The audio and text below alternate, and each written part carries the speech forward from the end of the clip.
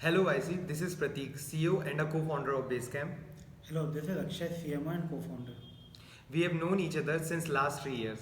We are a corporate gifting marketplace providing seamless buying experience for customized gifts procured in bulk. I first got an order through a friend reference.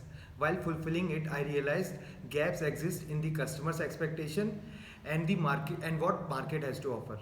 This brought us to Basecamp. Major issues that company faced were related to payment method and availability of a large range of customizable products to choose from. Corporates preferred working on the basis of purchase orders while suppliers looked for upfront payment. One supplier dealt with very limited number of products. Hassle of getting a vendor registered each time a new type of product was required also proved to be a big bottleneck, especially for low value orders. So we created Basecamp, which lists products from hundreds of vendors, which is solving the problems of limited product range. The client has to onboard just us once when they are placing their first order, after which we take care of their end-to-end process.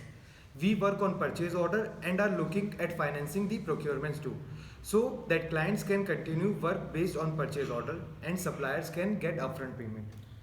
Basecamp enables a frictionless process for selection and procurement of customized products at unbeatable rates.